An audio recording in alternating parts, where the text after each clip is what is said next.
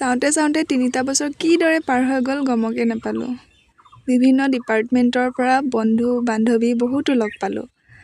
আৰু ক'বলৈ গ'লে কলেজীয়া লাইফটো মানে শেষৰ দিনটো কিমান এটা কষ্টকৰ সেইটো মানে বুজাব নোৱাৰোঁ। আৰু তথাপিও আজি শেষ দিন বুলি সকলোখিনি একেলগে হাঁহি ফূৰ্তিৰে অকণমান একেলগে থাকিলোঁ। আৰু এয়া সকলোৰে উৎপাত দেখিছে।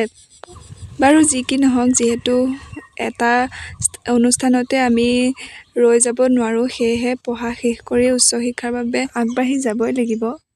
হয়তো সকলো বন্ধু বান্ধৱী বিভিন্ন নিজৰ নিজৰ জীৱনক লৈ পেলাই ব্যস্ত হ'ব, তথাপিও বহুতে বেছি ভাল লাগিলে। আজিৰ দিনটোত সকলোখিনি আগৰ দৰে একগোট হ'লোঁ। আৰু লগতে সকলো মানে শিক্ষক শিক্ষয়িত্ৰীলৈ মোৰ ফালৰ পৰা বহুত বহুত ধন্যবাদ ইমানখিনি মৰম আৰু আশীৰ্বাদ দিয়াৰ বাবে। তেওঁলোকৰ আজি বিদায় সভা তেওঁলোকে পাতিছে। আচলতে তেওঁলোকক আমি বিদায় দিয়া নাই, আমি আনুষ্ঠানিকভাৱে এটা যিটো কৰিব লাগে সেইটোহে ইয়াত কৰা হৈছে। তোমালোক মাজে সময়ে কলেজলৈ আহি থাকিবা, দিহা পৰামৰ্শ দি থাকিবা সকলোৱে, আমি তাকেই কামনা কৰিছোঁ।